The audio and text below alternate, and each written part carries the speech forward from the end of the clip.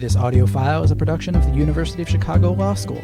Visit us on the web at www.law.uchicago.edu. Good evening. It's moving. And Shabbat Shalom. This is an unusual place for Hillel to hold its Friday night programs, its talks. My name is Daniel Eiffer, and I'm the rabbi at the Hillel Foundation. For those of you who don't know me, this program is unexpectedly, as you know, here, sponsored by the B'nai B'rith Hillel Foundation on campus, where we were both surprised and very much pleased with the announcement that was made this week that Professor Friedman had won the Nobel Prize in economics. I don't think Mr. Friedman needs very much of an introduction to the University of Chicago, to students and people in the community. He has taught here since 1946 in the economics department that has created the Chicago School of Economics and raised a generation of teachers and students. Mr. Friedman, as some of you know, was born in Brooklyn and raised in... I agree with that sentiment. Raised in New Jersey, and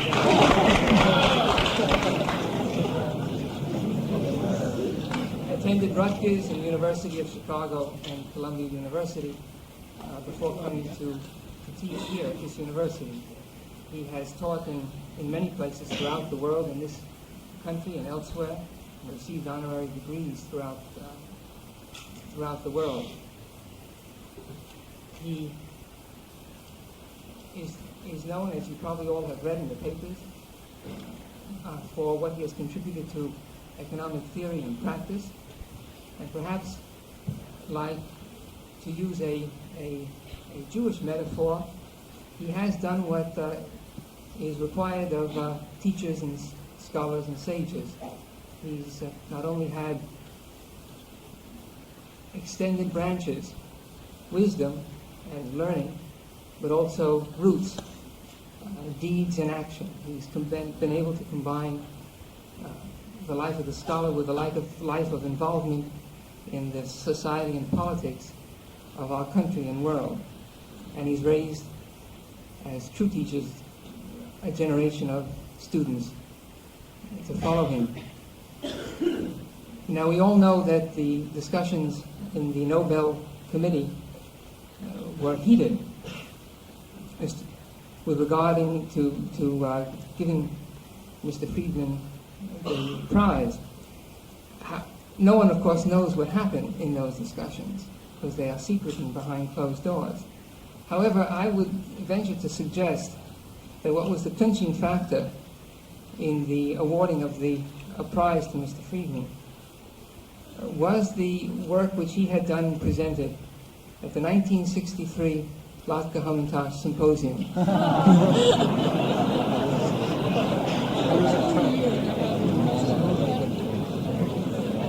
Hurrying to our archives and retrieving that paper, which I have in front of me now, in which he dealt with the mathematical form of the relation between the Latka and the Hamantash.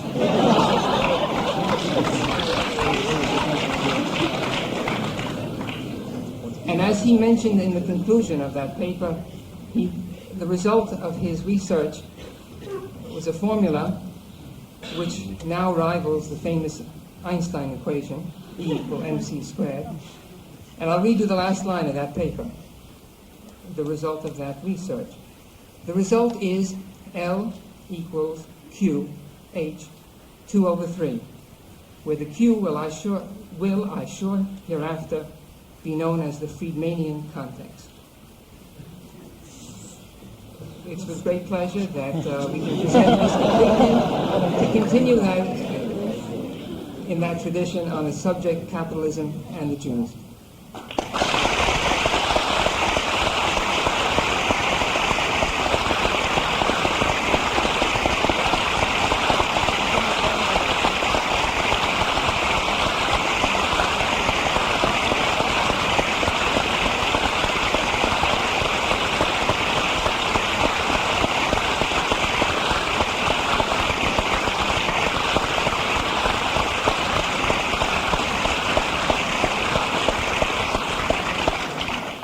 Thank you very much.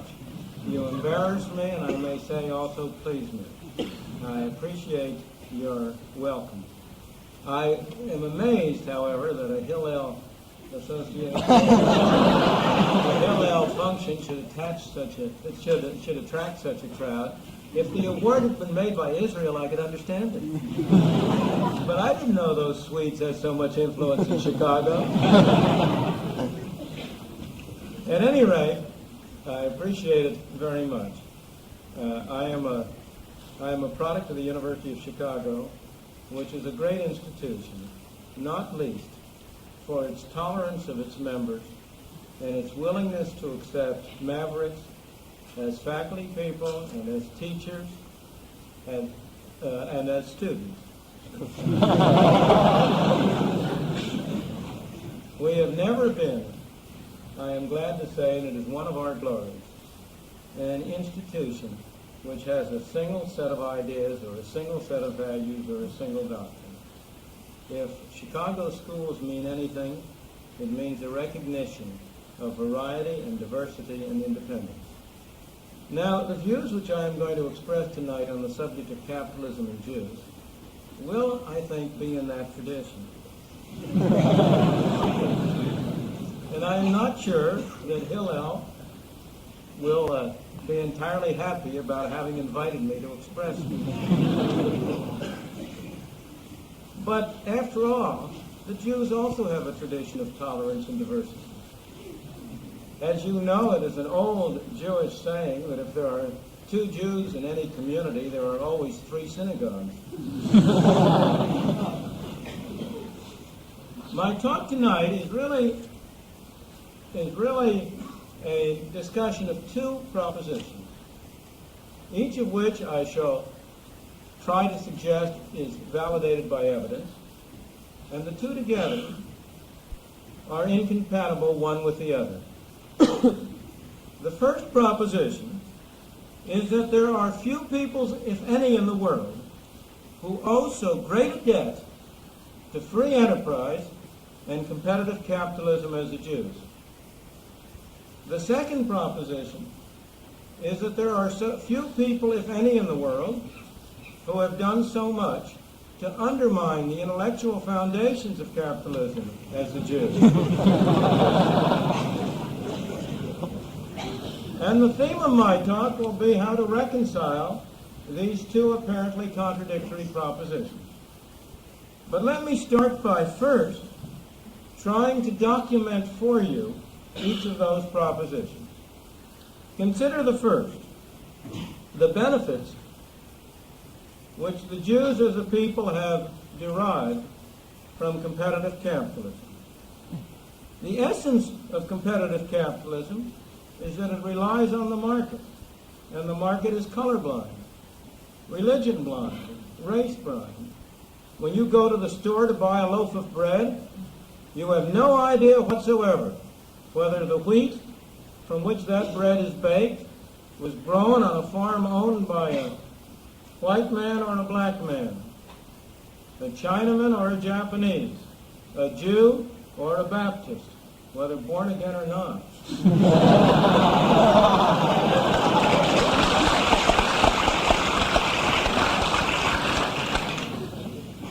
So the market is colorblind.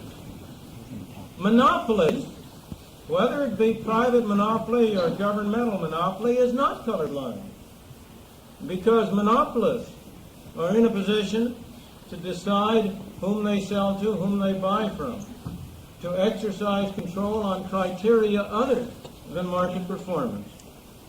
I was very much struck by this contrast between the competitive character of the market and the effective monopoly on discrimination about 5 years ago when I happened to attend in Montreal, Canada, an international monetary conference. This is a conference which meets once a year, organized by the International Banking Association. I think it's organized by the American Banking Association, but it consists, the people who are present as members are the two leading officials of the banks, of the major banks of the world, not only the United States, but all through the world. One banker there who happened to have the same name as mine and got hold of me to talk to me about the problems of anti-Semitism in banking, led me and him to make a little sort of informal census of the members of that conference.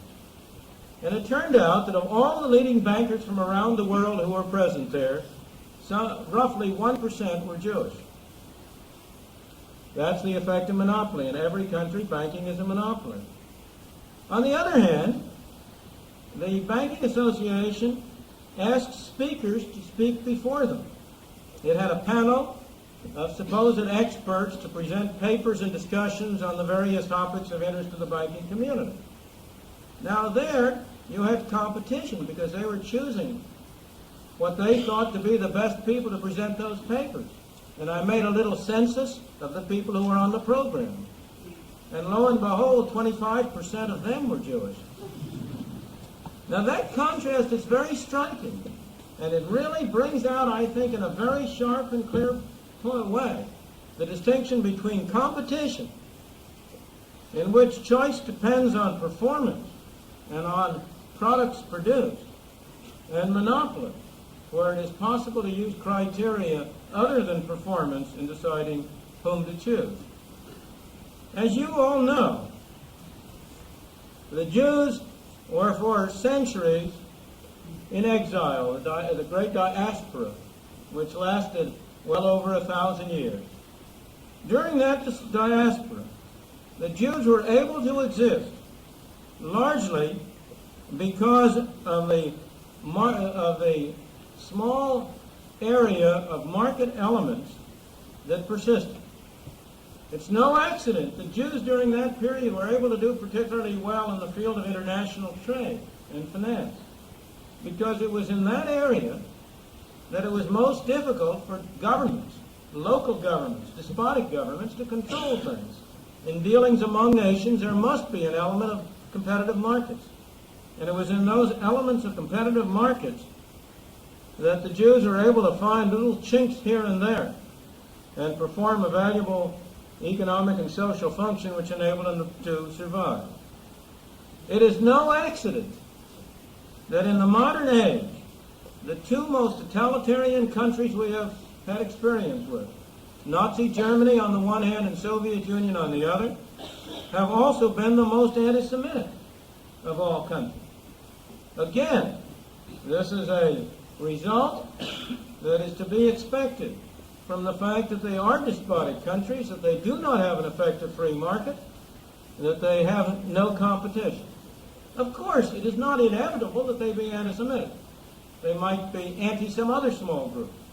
Every totalitarian society, every dictatorial society needs a scapegoat.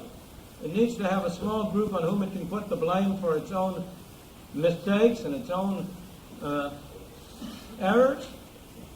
And it's not surprising that the Jews should be that scapegoat, because they have been that kind of a scapegoat throughout history, as a visible minority with rather special customs and attitudes.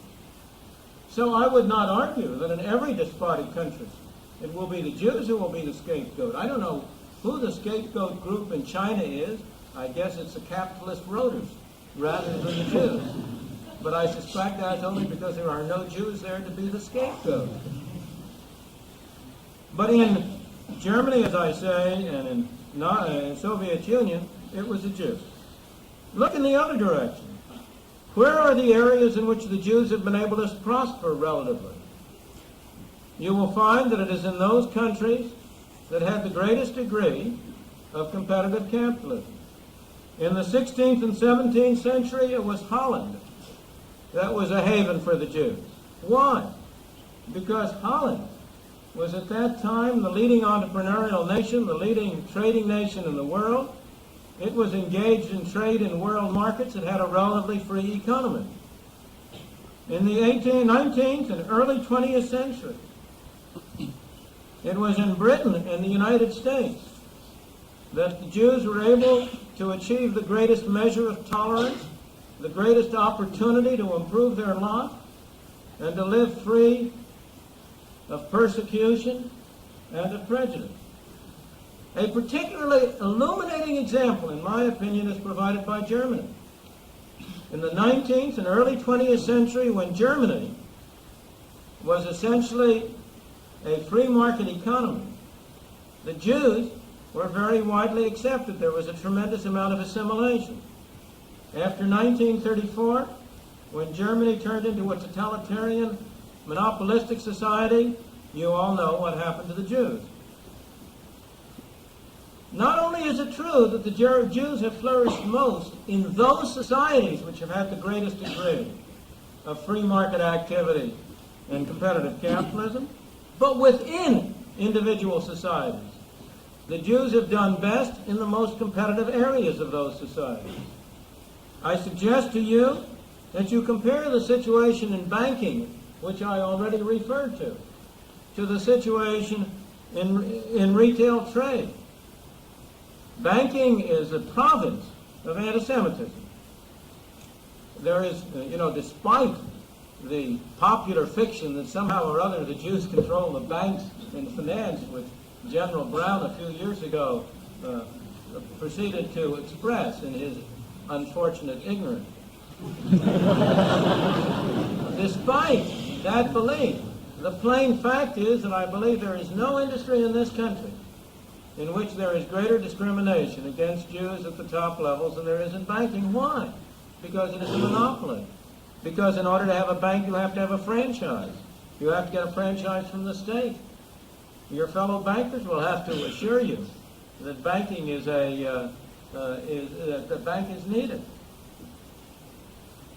One of the episodes I came across at the time that Anna Schwartz and I were writing our monetary history of the United States was the episode of the Bank of the United States.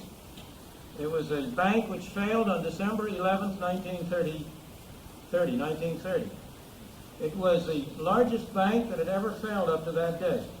Its failure was a major trigger that produced the Great Depression. I don't mean to say that the Great Depression might not have come along anyway, but there is no doubt that as it happened, the failure of the Bank of the United States started a series of runs on banks, and that series of runs on banks was a factor that promoted the Great Depression. Why did the Bank of the United States fail? There is no doubt. The record is perfectly clear. Because John Pierpont Morgan was anti-Semitic.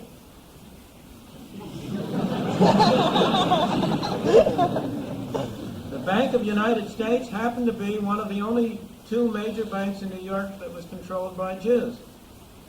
It was also a bank which had as its clientele many of the small Jewish merchants and traders in New York and many of the immigrants, because they mistakenly thought that its name, Bank of the United States, meant it was an official bank, but it wasn't. It was a private bank. Why was John Pierpont Morgan anti-Semitic? Because back in 1907 or 8 or 9, I've forgotten what the date was, he was subject to investigation by a congressional committee which interrogated him at great length about the supposedly monopolistic actions of various groups he was associated with. And the leading figure in interrogating him was a famous Jewish lawyer. In addition to which, Brandeis, later a Supreme Court justice, had written a number of books pillaring, whether correctly or not, I don't know. I have never looked into that aspect of it, but pillaring the Morgan interests as unscrupulous monopolists. How do I know all these intimate details? Because fortunately there was a member of the Federal Reserve, Board of Governors of the Federal Reserve System who was a great gossip. And he kept a diary. Mr. Hamlin, who was one of the early members of the Federal Reserve System, the Board of Governors. He was the first chairman of the Board of Governors, as a matter of fact, only they called it then governor, not Chairman. He kept a diary all his life, and his diary, fortunately, is preserved for us in the Congressional Library. And he records in that in 1917 or 18, at which time there was a great fight about whether to appoint a particular Jewish banker as a member of the board. There was a great fight of that, supposedly on the ground that the banker was of German extraction, but really on the ground that he was Jewish. And Hamlin has lunch with J. Pierpont Morgan Jr., the son of Morgan Sr. And in the course of the lunch, Morgan says to Hamlin, "I'm going to get those Jews for what they did to my father." So we know, we have documentary evidence on this. How did that fit into 1931? Well, the standard, as it happens, the Bank of the United States was a very good bank. It was a perfectly sound bank. It was liquidated during the worst years of the Depression and paid off 92.5 cents on every dollar of liabilities, despite being liquidated over a period from 30 to 33. But, whereas the standard practice at those times was that if a bank got into difficulty, as several banks had a few weeks before, the J. Pierpont Morgan plus the Clearinghouse Association of New York would get together a rescue fund to tide it over the difficulties and enable it to surmount temporary runs. The Federal Reserve Bank of New York made a similar proposal to the Bank of the United States. It was almost agreed to until J. Pierpont Morgan refused to go along with it. I may say it's no accident that their proposal involved merging the Bank of the United States with the only other bank in New York that was controlled by Jews. At any rate, there is no doubt that that caused the failure. I only cite this as a small example of the effects of monopoly in banking. Now, you contrast that with the situation in retail trade, where you don't need a franchise to open up a store, where you can do anything, where the Jews were able to come in with packs on their back and be itinerant traders, and then gradually work and develop and open up stores. You take the case, or you take a very different case. Consider the contrast between movies and heavy manufacturing.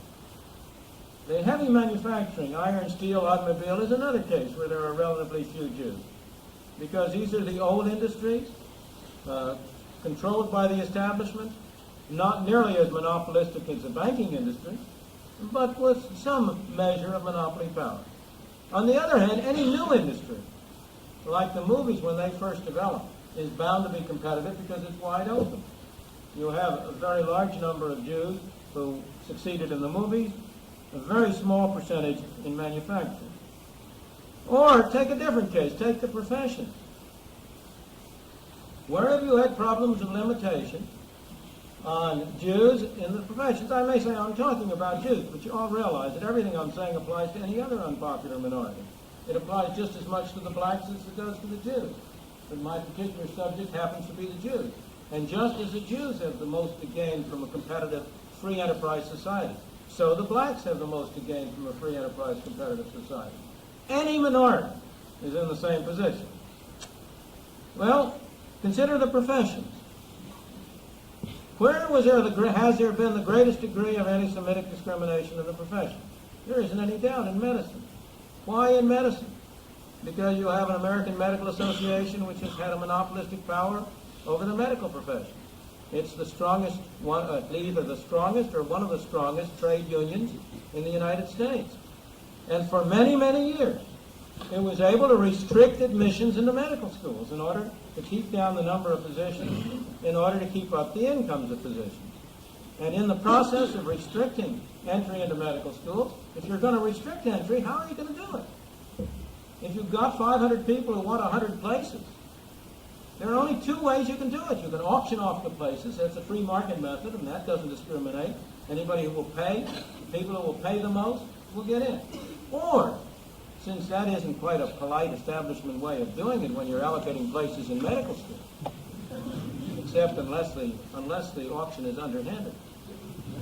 And since that isn't the way to do it, well, you have to use some irrelevant criteria.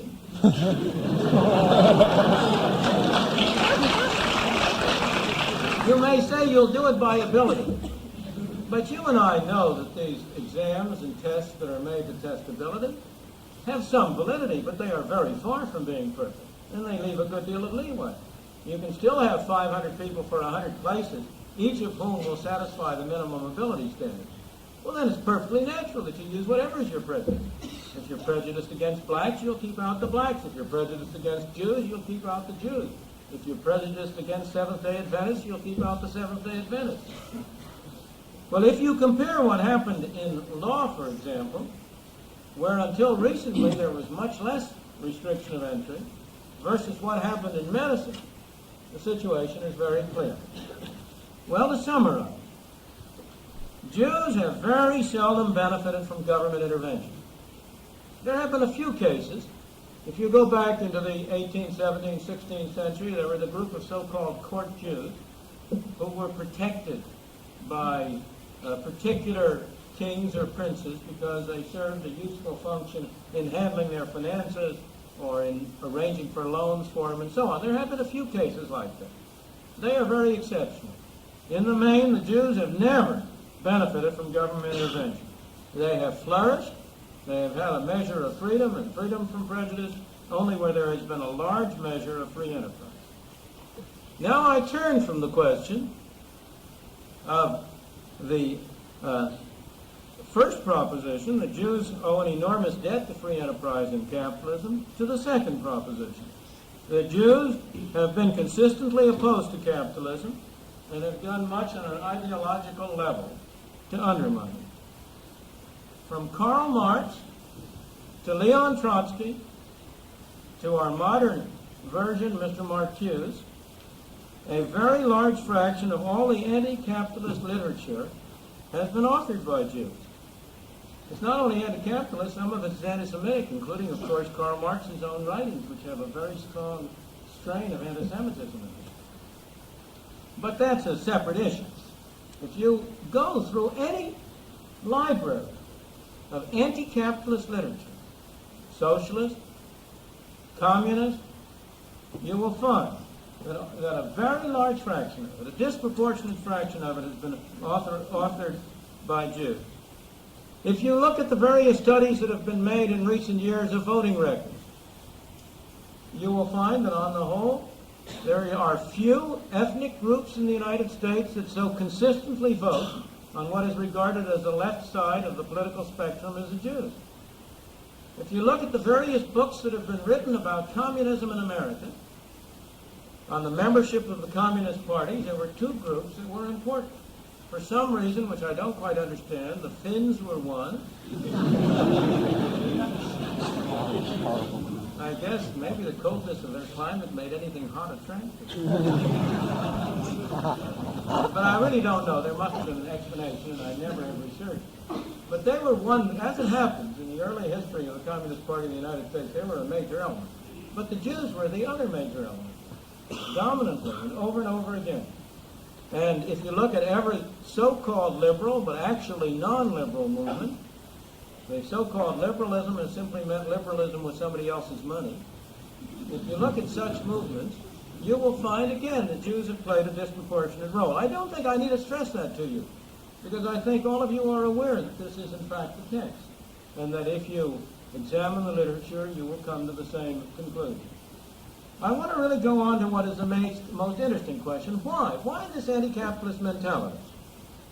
Now I am by no means the first to have been struck by the anti-capitalist mentality. And there have been numerous books and studies written about this subject. One of the books is by a fellow by the name of Lawrence Fuchs. I forget the name of the book, but it has to do fundamentally with this question of Jewish political values. And his explanation is a very simple one. His explanation is that the anti-capitalist mentality of the Jews reflects values derived from Jewish religion and Jewish culture. That the Jewish religion and culture stresses charity, stresses unselfishness, and therefore the Jewish anti-capitalist values have derived from it. Well, that particular explanation, which of course derives from someone who himself shares the anti-capitalist mentality, and therefore is driven to look for attractive explanations, that explanation can be dismissed out of hand. for a very simple reason. The Jewish anti-capitalist mentality is only two centuries old. It dates from the Enlightenment in the 18th century. But Jewish religion and culture is 2,000 years old. Now, how is it that for 1,800 years that culture and values did not generate an anti-capitalist mentality, and the last 200 years it did? That would leave just as big a puzzle to explain as you started with. Moreover, if you look at Jewish attitudes during those years, you will find that they were pro-free enterprise and not anti-free enterprise. A German writer, Werner Sombart, who in 1911 wrote a book about capitalism and the Jews, and I quote from that book, "Throughout the centuries, the Jews championed the cause of individual liberty and economic activity against the dominating views of the time." Now, Werner Sombart's book is in very low repute among Jewish scholars. The reason it's in low repute is because he maintains that a pro-capitalist mentality is entirely consistent with the values and culture of the Jews. The people who have been criticizing it are themselves people who hold this anti-capitalist mentality, and they are therefore very unwilling to accept this particular view. He has also been criticized justly for some of his later works after World War I, when he flirted, and more than flirted, extensively with Nazism. But this particular book, which is a very fascinating and interesting book, shows none of those elements in 1911, and is really a rather interesting discussion of the background and the relation between the attitudes and ideas of the Jews and their religious culture. So in any event, it seems to me that that explanation will not hold water. A second explanation, which has often been offered, is that intellectuals are anti-capitalist, Jews are disproportionately intellectual, and therefore this is purely a statistical bias. But if I hold constant, whether they are intellectual or not, I will eliminate this appearance of a disproportionate anti-capitalist mentality among the Jews. Now, these statements are true. It is true that on the whole, intellectuals, at least in the past century or so, have largely been anti-capitalist. It is true that Jews have a disproportionate tendency to go into the intellectual pursuits for two reasons. One I've already cited. Jews are driven to go into those areas where there is the greatest competition. And intellectual pursuits have had large measures of free enterprise in the way of freelance journalism, writing, acting, and so on, so that it's been attractive to them. But there's a second reason, dating back to Jewish history from the hundreds and thousands of years, why Jews have been attracted to intellectual pursuits. And that is because if you are a persecuted minority who are subject to being forced to flee from where you are, you want to accumulate your capital in forms in which you can take it with you. And the best way of doing it, obviously, is intellectual. That's why, today, which people are in the best position to flee Britain? Not those who have accumulated physical wealth, because capital controls prevent them from taking their wealth out. The people who have accumulated brains. The brains. I can see that all of you, being in the process of making that kind of capital accumulation, appreciate the point.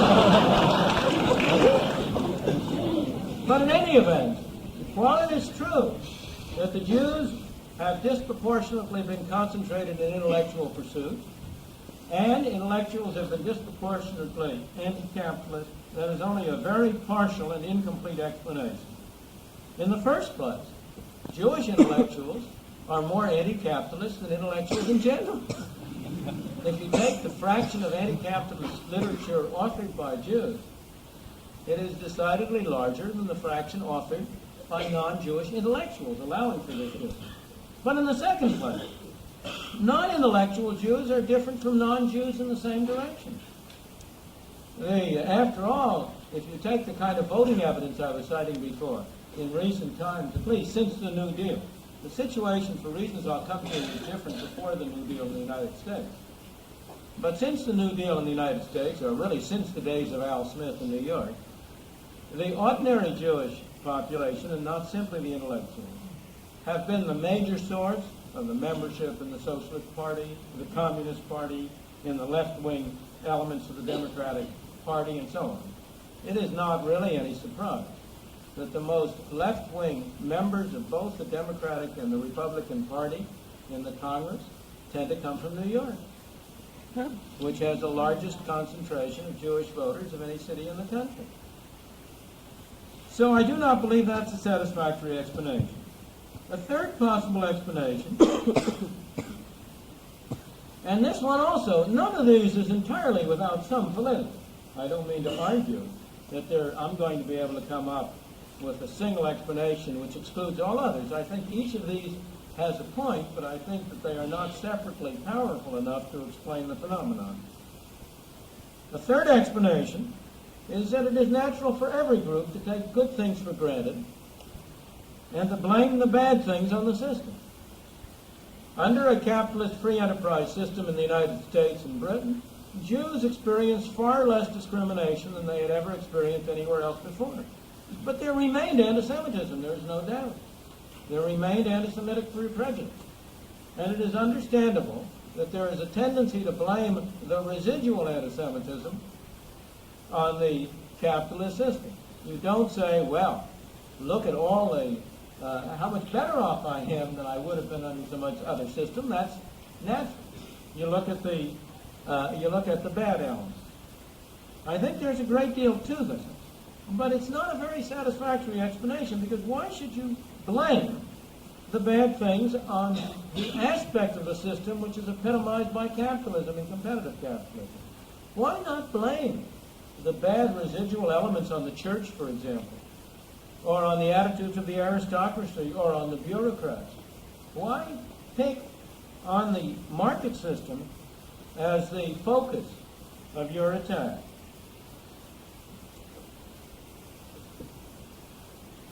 I think that there are two other explanations that I personally find much more persuasive and much more significant than any of these that I've so far cited.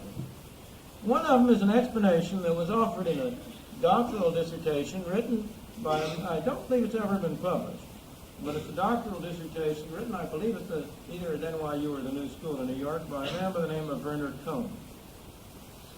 And his explanation is that beginning with the French Revolution in the 18th century, the European political movement consisted of a right wing which was closely connected with the church and with religious movements, the Christian movement.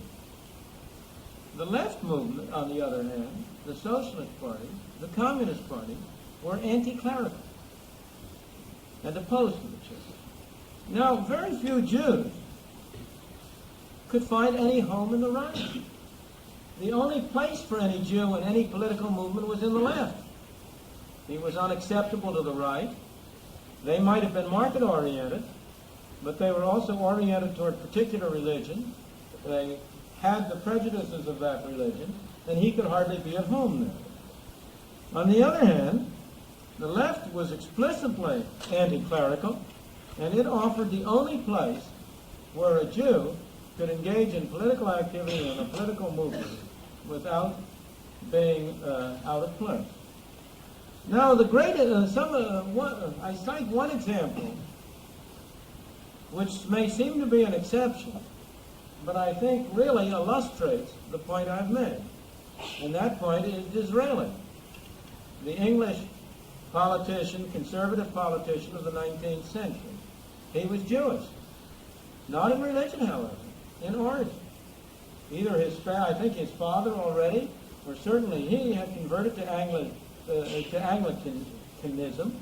He was himself a devout Anglican, had no Jewish upbringing, and he didn't conceal his Jewishness. On the contrary, he used it as an effective way to make himself an attractive and mysterious and sort of esoteric figure. As you know, Disraeli was a great novelist. He was a great eccentric, and he appealed to the British people as an eccentric, and the Jewishness added to his appeal. But it wasn't the Jewishness which was in any way inconsistent with his identifying himself with the Anglican Church and being as high church as anybody you could find in Britain. So I think that's a very interesting case, because it is an exception, I think, that proves a rule. Now, the same principle, now, I think that Cohn's explanation is extremely important for Europe and goes a long way to explain why in the European context the Jews almost always ended up in the left. I should add, in a fuller exposition and discussion of the kind that you find, for example, in some of Hannah Arendt's books, you will find that there was also a socialist anti-Semitism. That the anti-Semitism was by no means confined to the right. There was a very strong element of it on the left. But on the whole, at the intellectual level, the left being anti-clerical, had a home, not for religious Jews, never, but for agnostic Jews. For Jews who were not willing to accept another religion, not to become Anglican like Disraeli, but were willing to become sort of enlightened citizens. However, that doctrine, that explanation is very hard to apply in the United States. That situation was not true here. It was not true in the United States that anything you would call a party of the right was religious and a party of the left anti-clerical. And it's very interesting to note that in the United States, until the 1920s, the Jews were not associated with the left.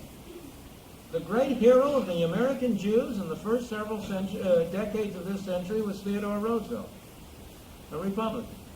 And he was a great hero because he made public and open protests against the pogroms in Russia in the early 20th century. He was very influential in keeping the doors open for Jewish immigration from Russia and Eastern Europe to the United States. And the Jews who came over regarded Teddy Roosevelt as their great protector. And so, in fact, until Al Smith rose in New York, the studies suggest that the Jewish vote was primarily Republican. So this explanation will not do for the United States. It has an impact on the United States because, after all, the intellectuals who migrated to the United States carried with them their European ideas. They were formed in Europe and they brought them over. So the Enlightenment effect carried over to the United States. But I think for the United States that can provide at most a very partial explanation. I think there is a second explanation, and here this is my own. I can't attribute it to anybody else, neither the credit nor the blame. My own explanation is that anti-Semitism was based on or produced a stereotype of Jews. It was based on the notion that Jews were money-grubbing, grasping, selfish people. Now, there's nothing wrong with being money-grabbing and selfish.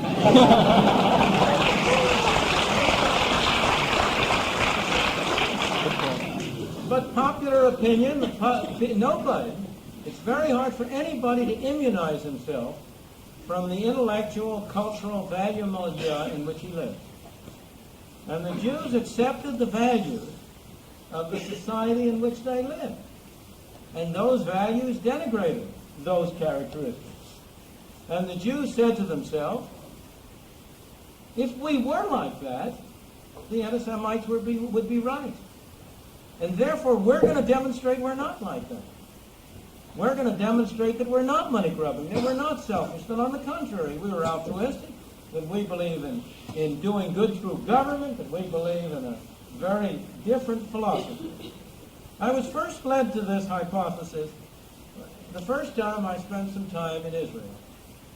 And I was enormously impressed by an observation which I formed then and has been reinforced in subsequent trips to Israel. And that observation was, if you wanted to know what was true in Israel, you asked yourself what was true of the Jews in the diaspora and reversed it.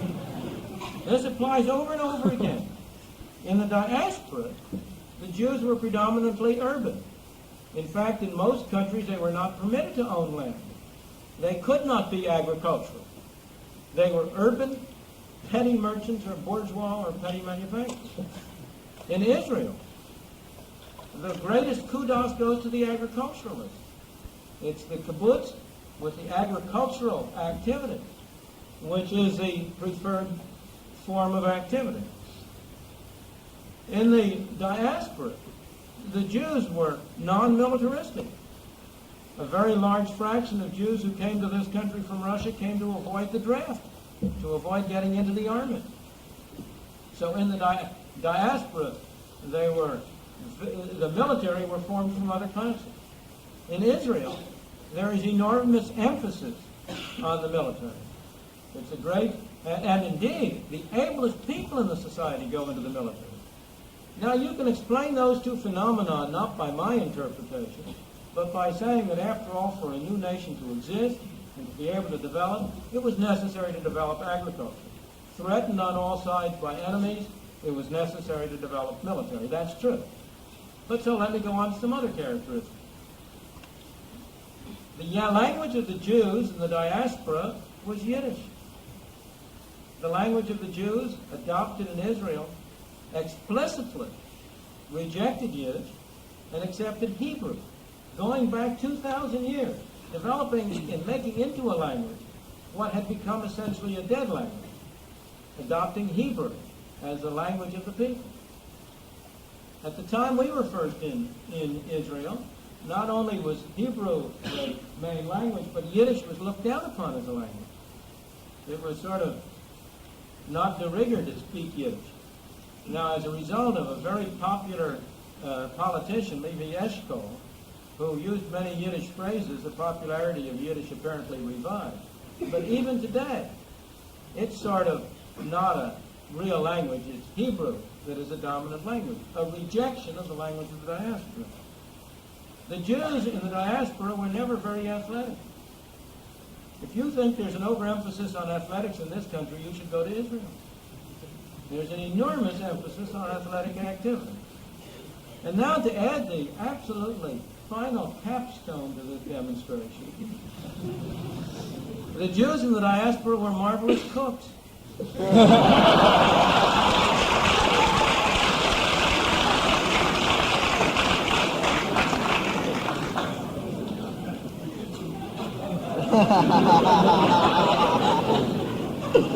Now this reversal in Israel of all the characteristics of the Jews in the diaspora, I think supports the view that I was expressing, that what you have is a reaction against the anti-Semitic stereotype, an attempt by the Jews subconsciously to demonstrate that they were not like the anti-Semitic stereotype. Let me give you another kind of evidence. The Universal Jewish Encyclopedia, in quoting Somor, writes, and I quote, in discussing Somor, the volume I talked about earlier, right, he accused the Jews of having created capitalism. Well, now, if I were writing that, I would say he praised the Jews. He credited them with creating capitalism. Why would I say he accused them? Only if I had this anti-capitalist mentality. And only if I was trying to deny that Jews were like that stereotype which the anti-Semites had expressed. Consider how differently an Adam Smith or a David Ricardo, who believed in free enterprise and capitalism, would have valued these traits, would have considered such a statement as the Jews had a large role to play in capitalism, or considered such traits as a good sense of business, a willingness to trade, cleverness in financial matters. They would have regarded those as they would have regarded that as praise for the Jews, not as blame, not as accusation. So I conclude that the chief explanations for the anti-capitalist mentality of the Jews are, on the one hand, the special circumstances in 19th century Europe, which linked pro-market parties with established religions, and so drove Jews to the left. And on the other hand, the subconscious attempt by Jews to demonstrate to the world the fallacy of the anti-Semitic stereotype. Now, the interesting thing is that this ideology, this anti-capitalist ideology, is strongly opposed to the self-interest of the Jews. Its opposition domestically is clear, but let me cite you one more strong and striking example. Let me ask you the following question. What would be the state of Israel today if every country of the world were socialist? Where would Israel have gotten financial support? Where did Israel get some financial support throughout its life? It got it from the capitalist countries. It got it from the United States. It got it from South Africa. It got it from Britain. It didn't get it from the governments of Britain and the United States and South Africa. It got it from the Jewish residents of Britain, South Africa, and the United States. Did Israel get any assistance from the Jews? More numerous than in any of these countries of Russia? Were they able to send capital to Israel to support it? Were they able to influence their government to send capital to Israel to support it? Is there any socialist country from which Israel has received support? Not at all. Had every country in the world conformed to the dominant theme of Jewish intellectual ideology, Israel would never have been able to exist. Not the slightest chance of it. Now, I may say, let me go back to Israel, because I think it's a fascinating case. After the first visit I made to Israel, I came away from Israel saying that Israel was a society in which there were two traditions fighting with one another. There was a 150-year-old tradition of democratic socialism, so-called, which called for government planning and central control. There was a 2,000-year-old tradition of how you get around government regulations. And I said, fortunately for Israel, the second tradition was much stronger than the first. So even internally in Israel, it was the remnants of the pro-capitalist mentality and traditions that have enabled Israel to survive economically internally. It is the existence of capitalist countries outside the world that has enabled Israel to survive as a result of external support. Well, now, when there is such a strong... Now, of course, in the United States, the contrast between the ideology and the self-interest has been less blatant, and indeed, in some respects, there has been a coincidence. Who are the people, if you look at it the other way, who benefit most from an extension of government intervention, of government control? Well, you ought to know from the building we're in. It's the lawyers. It's the social workers. It's the economists. Economists have a schizophrenic position from this point of view. Their intellectual discipline leads them to be in favor of the market because they understand the workings of the market, they recognize its virtues.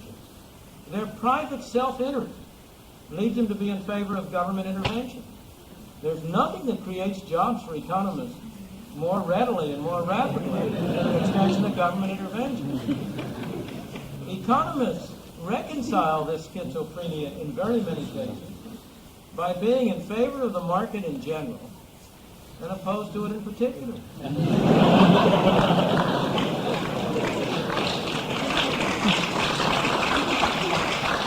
They are very clever at dreaming up all sorts of external effects and distortions and failures of the market to operate, which justify special interventions that will create jobs for us.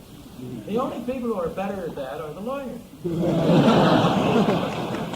Now, it does so happen that these are activities in which Jews have played a considerable role. A large fraction of Jews are employed in these areas. And in this respect, their self-interest, to some extent, coincides with the expansion of the government sphere. But on this broader level, I think it is worth emphasizing. I think it is clear that the self-interest of the Jewish community at large is opposed to government intervention. But in the main, up to now in the United States internally, that had not been too serious a matter. Because most government intervention was in areas where Jews didn't play a large role. It was possible for a long time for Jews to have their cake and eat it too. they could be in favor of moving towards socialism in the field of the public utilities and the telegraph and the railroads and the banks where they don't play a role. Well, at the same time, they could prosper in the competitive market of retail trade, of the movies, of the amusement industry, of various aspects of education and the like. But increasingly, as government expands its scope, that's becoming more and more difficult.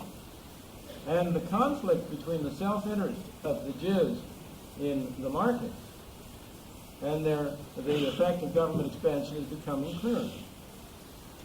Whether that conflict will, in the course of time, cause a change in these attitudes, I do not know.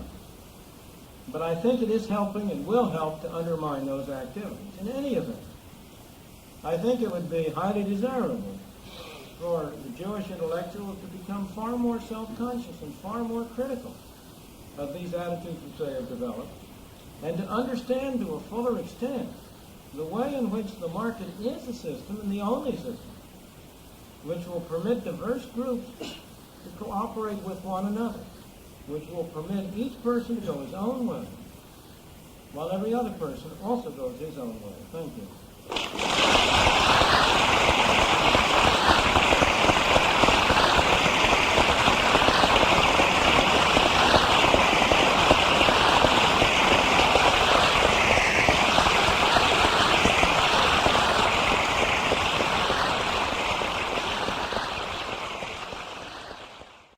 In accordance with Jewish tradition, we should have some questions.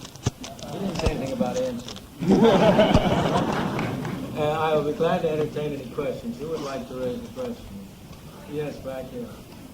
Yes. Yeah, I have one other definition of why Jews are committed persons. I was wondering comment on the strong Messianic tradition in Judaism, which differs from the Christian Messianic tradition in believing that the world can be improved. Not that there's a better world after you die, but you improve the world. You can't improve the world now, here that we're living in. Sure. But that Messianic view is consistent with the belief in capitalism and the free market as the most effective way to improve it. You see, let me take you on this issue. Let me go back for you on this issue, because I think it's a... Yeah. Go ahead. You go back to what you said before, that the world people and capitalism pretty much is the present world. It seems like you have to get rid of the capitalism. What? You would go back to what you said before, where the Jews would say, well, the world evil and capitalism epitomizes the world. So therefore, to... Well, why does capitalism epitomize the world? Why doesn't the government intervention epitomize the world? You're begging the questions by saying that. You see, look at the Messianic tradition, because there is certainly a Messianic tradition. And now look at it for a moment, not at the intellectual, but at the charitable activities of the Jews. They have been carried on through free enterprise. They've been strictly voluntary. There are few groups in the world that have done as effective a job in charitable activity in providing institutions of all kinds, for going back in the United States to the great influx of refugees or immigrants from Europe in the end of the 19th century. There was establishment on voluntary arrangements of associations to aid the immigrants. You have had the voluntary Jewish hospitals, the voluntary Jewish schools and charities. You know, the fact is that the free market is a far better and more effective way to do good than government control. I give you not only the Jews in this respect, but I give you the whole history of the United States. What is the period during which you have had the greatest explosion of eleemosynary charitable activities in both the United States and the United Kingdom, Britain? It's the 19th century, when you had the closest approach to free enterprise. That was a period which saw the development and the expansion of eleemosynary, of the non-profit hospital. It saw the University of Chicago was founded in 1890. How? By private activity, not by governmental activity. The Middle West and the whole country are peppered with schools and colleges that were founded in the same way. The Association for the Prevention of Cruelty to Animals, the Red Cross, the Foreign Mission, all date back to the 19th century. One striking statistic which has impressed me is that under British socialized medicine, 2/3 of the beds in hospitals are in hospitals that were built before 1900 by the charitable activity of the 19th century. So that after all, the Messianic tradition is perfectly compatible with the belief in voluntary activity. You must interpret the market broadly. The market means voluntary cooperation. It means voluntary cooperation in economic activities, but it also means voluntary cooperation in non-economic activities. And the market is a far more effective way to get people to cooperate for charitable activities than is governmental arrangements. Yeah? You mentioned that during this period of the 19th century was when various charitable organizations started, but weren't they started, in essence, to cope with whether right or wrong, with perceptions of the evil of capitalism? No. They were established to cope with evils, but not evils of capitalism. Poverty? Of course. But poverty, my God, are you going to tell me that poverty has some kind of a close relationship to capitalism?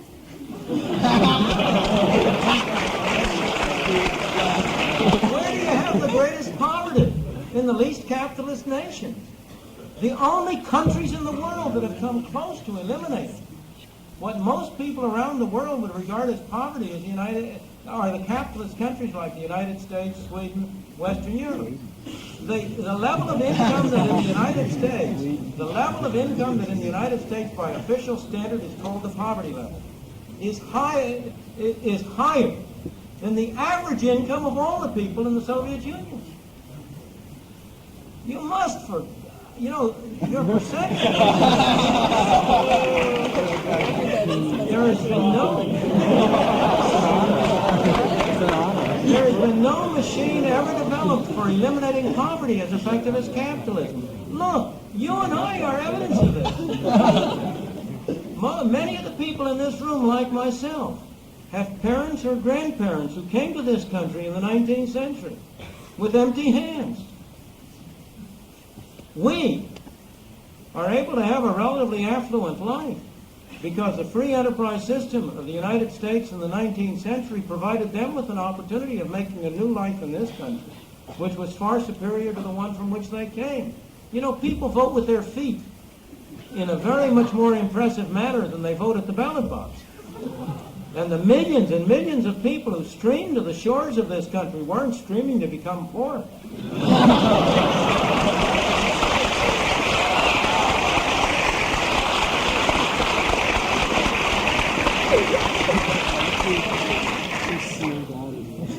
Who would like to? You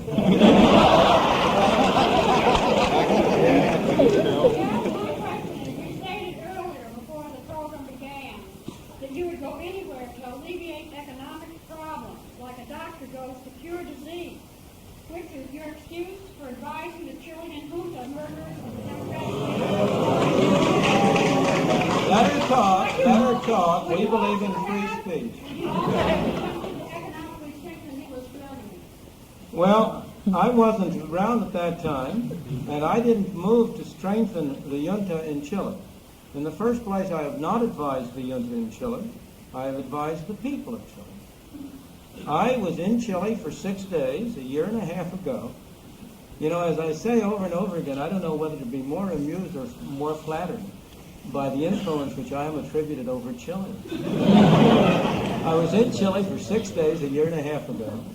I had never been in Chile before. I have not been in Chile since. I had not talked before that to any Chilean government official. I have had no conversation with any Chilean government official since. But I'm running Chile.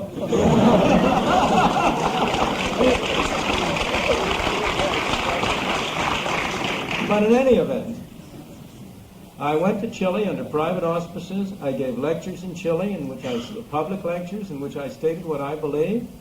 I went there to advise the people of Chile and also the government of Chile if they wanted to listen to me. As I told this lady before, but of course her memory is short. As I told her before, I have also gone to Yugoslavia and given speeches in Yugoslavia. Does that mean I'm running the communist state of Yugoslavia or that I'm a communist? I have also been in the Soviet Union. I'm not a communist either. I've been in India, and I assure you I'm not responsible for Indira Gandhi's destruction of freedom in India. So, in any event, I think enough said about Chile. We'll let that cool down. Terrible.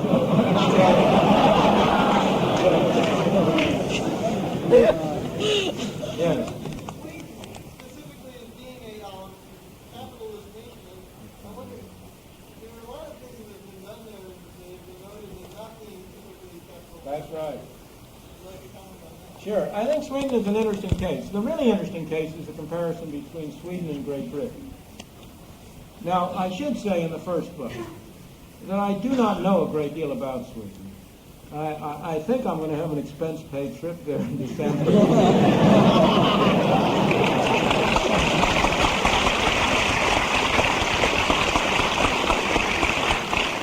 And I will try to extend it for a couple of days precisely to see if I can get some more information to answer your question more fully, because I think your question is a very real one.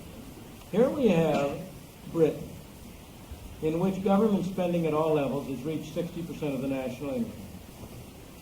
Here we have Sweden, in which government spending at all levels has reached roughly the same proportion.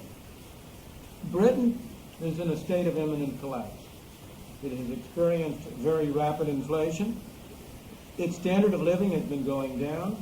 You have the incredible phenomenon that whereas before World War II, the standard of life of the average resident of Great Britain was twice the standard of life of the average German or Frenchman. After today, it's precisely the other way around.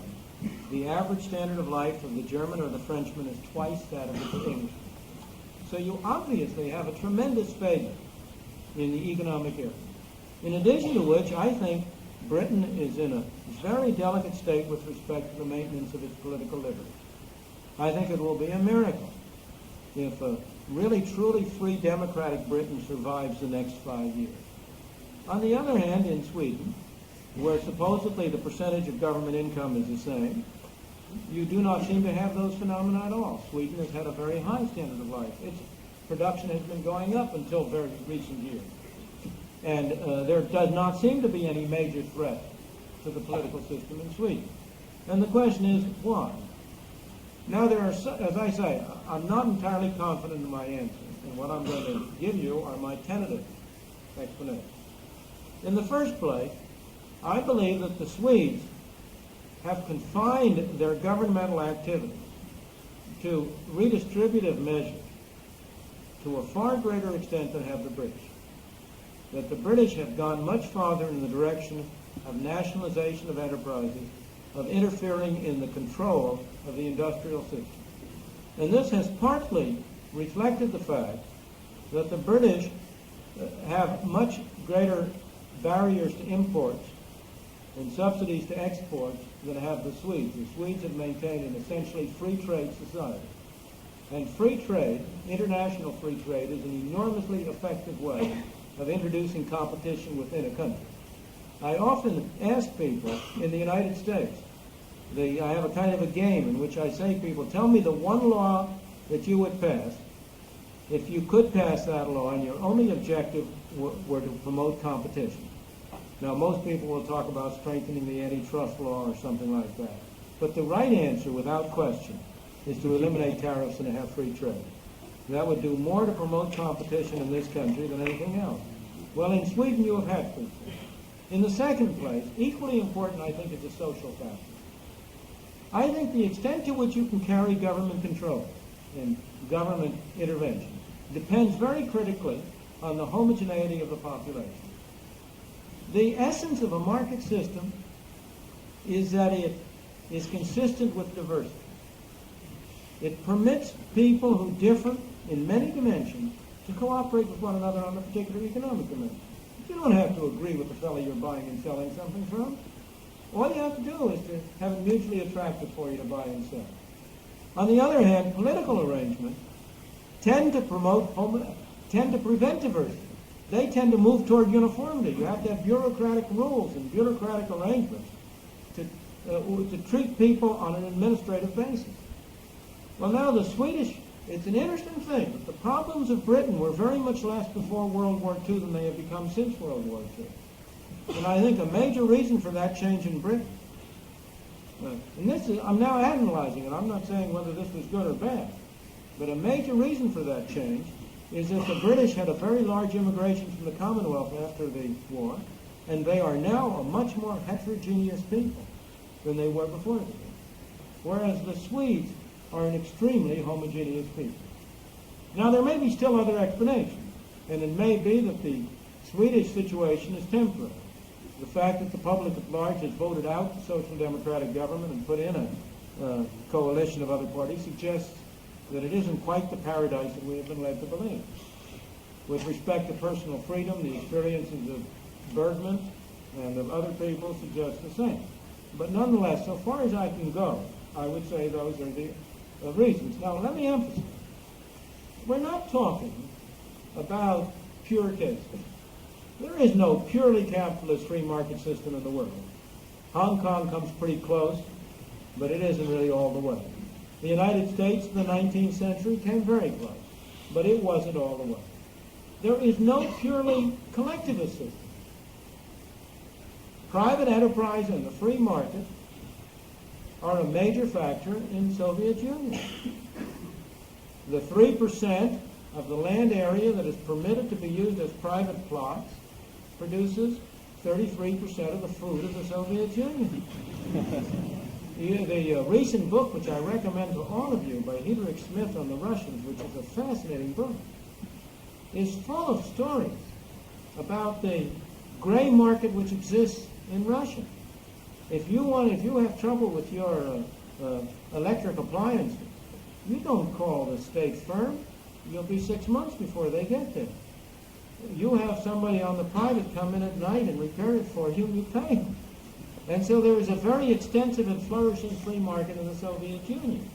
So you don't have cases that are extreme polar cases.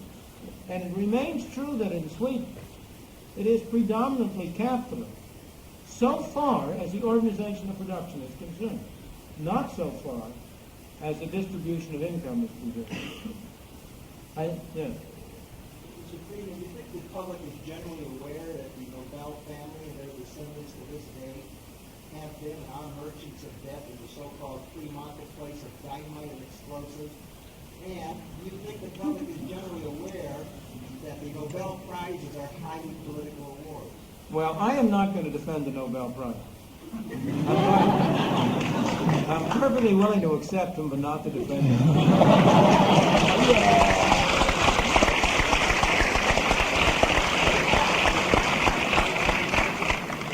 Yes, who wants to raise a different question? Yes, back there. Yes, back there. Yeah, yes. I knew back there. That's right. In the first row of the... No, not you. I was talking about... He's bashful. I don't understand that bashfulness. You know, in a free market, you take your opportunities as they come. You said that the Jews came to America in search of economic freedom, or would you distinguish a separate place for political freedom? And if so, how would this be? Well, I do not believe that you can distinguish the quest for economic freedom from the quest for political freedom. In fact, it's not entirely clear to me how I make that distinction at all. Let me ask you a question. How many professors of medicine at major medical schools in the United States would stand up and talk against socialized medicine at the drop of a hat when most of their research is being financed by the National Institute of Health? Is that a violation of their political freedom or their economic freedom? How much criticism of governmental activities do you hear from the big businessmen? Very little. Big businessmen are very reluctant to speak freely, because they are a little worried that if they do, the Internal Revenue will be down examining their books the next day and the Antitrust Division the day after that. How many students, thinking of their future careers as governmental civil servants and bureaucrats, even students who are the most independent of all, really feel completely free to express themselves politically in every single way? Is it in countries which have had, for example, exchange control, when Great Britain had exchange control and it's now reimposing it, and other countries have, Israel has had exchange control. If you want to buy books that are published abroad, you have to get the permission of a governmental office. Is that a restriction on economic freedom or a restriction on political freedom? Now, I think the fact is that it's extremely difficult to make that distinction.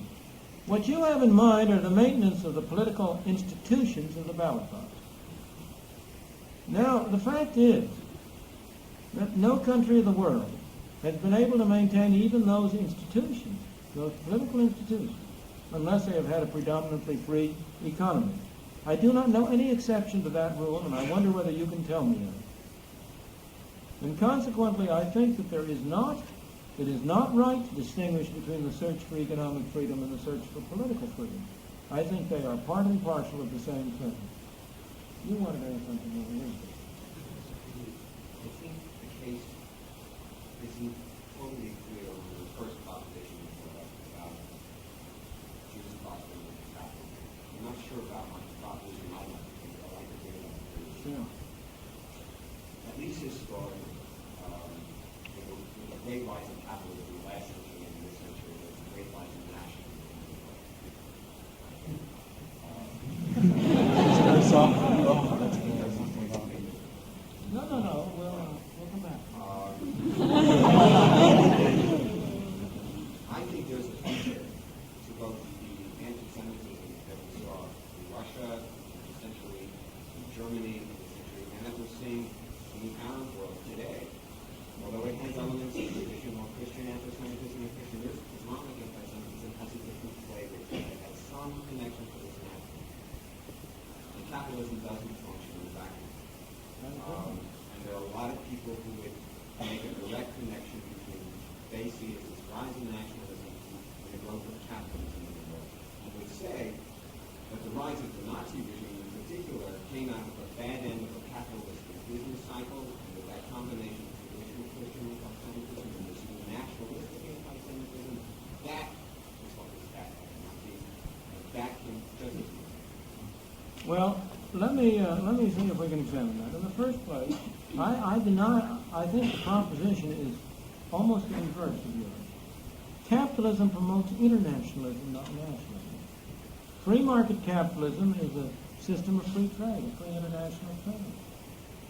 The 19th century period of capitalism, or the high tide of capitalism, saw the greatest extent of internationalism and lack of nationalism. You know, before World War I, you didn't need to carry a passport to travel anywhere throughout the Western world, the United States, Britain, Europe.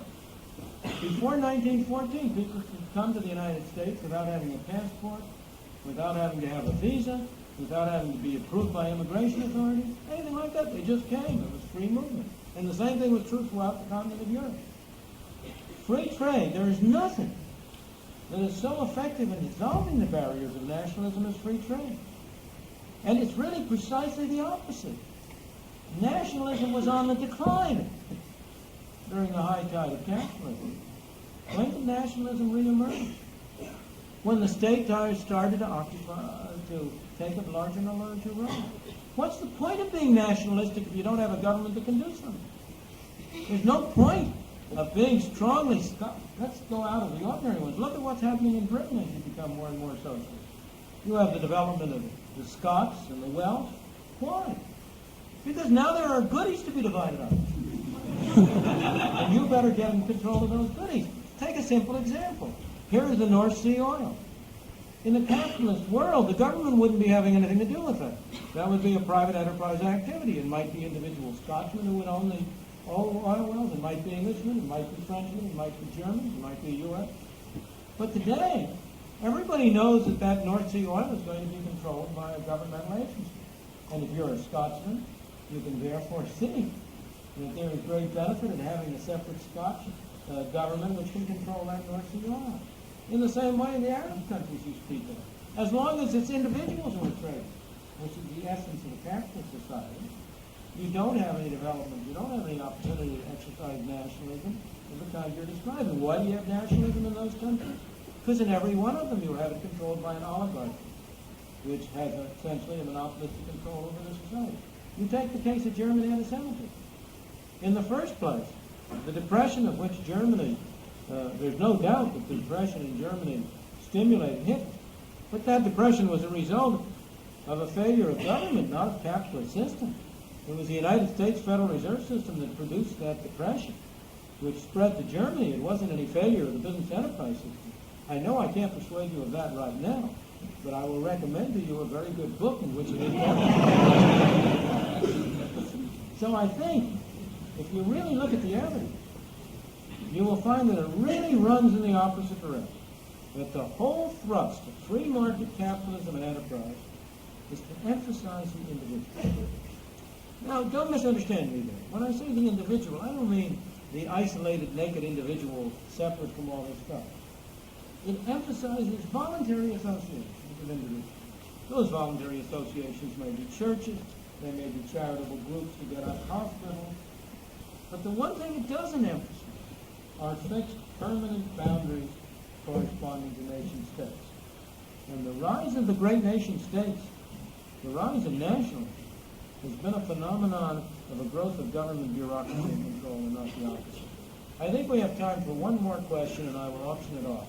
Go ahead. No, you go ahead back there. Anybody back there who is, go ahead. My finger is not very directive. I mean the young lady who is down there. You said earlier that you find the most anti-Semitism in monopolistic organizations. Now, isn't the United States evidence that capitalism will lead to monopolies of this kind of capitalism? No, it isn't. There is no doubt that you always have tendencies toward, everybody will attempt to form a monopoly. Of course. We all want to improve our lot, and we'll all try to form a monopoly. Now, the question you're raising is whether there is something inherent in capitalism so that it tends to promote the growth of monopolies. That's an arguable position in the sense that it could be so. But it's also a position which has been extensively investigated and studied.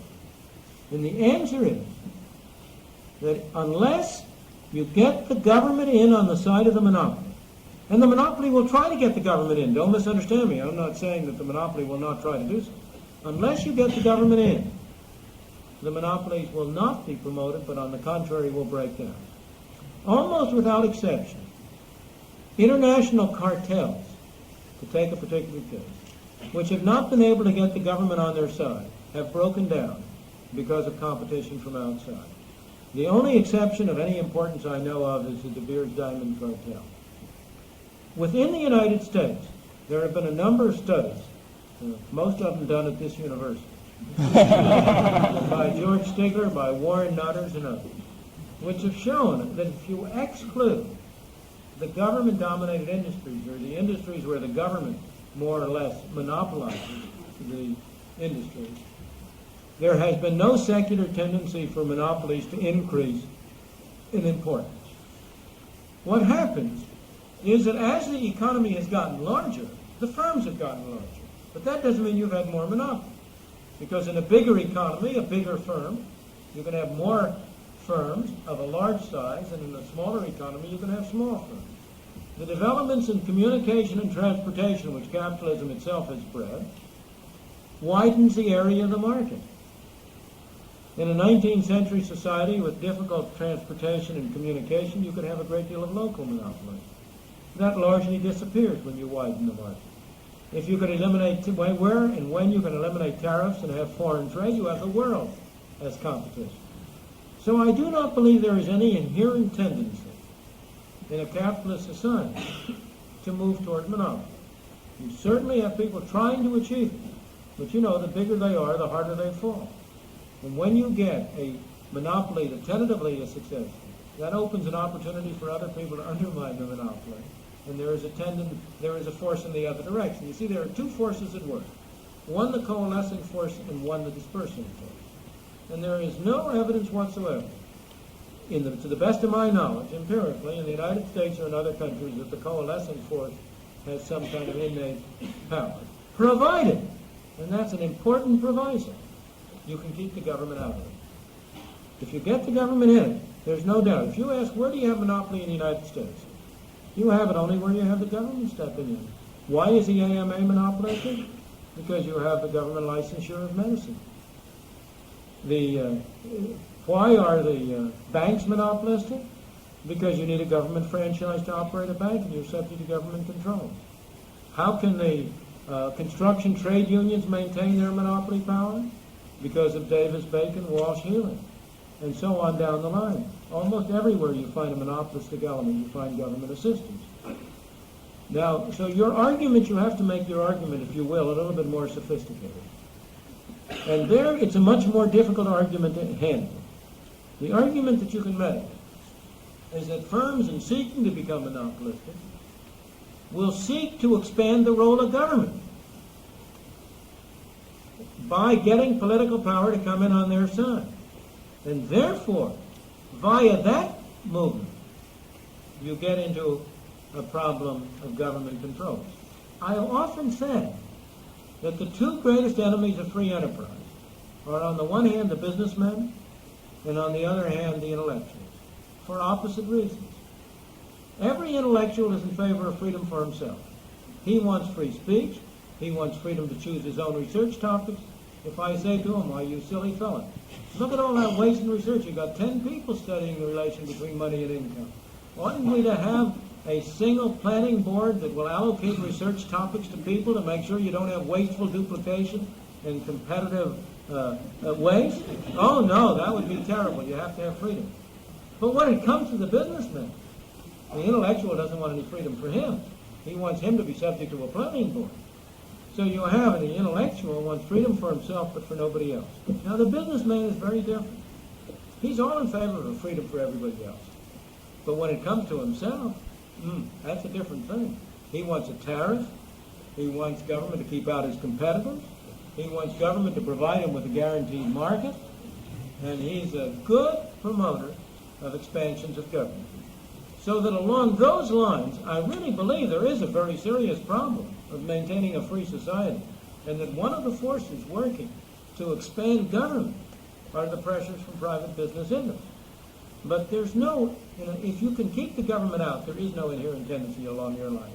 I'm afraid we've overstayed our time. I appreciate your attention. Thank you.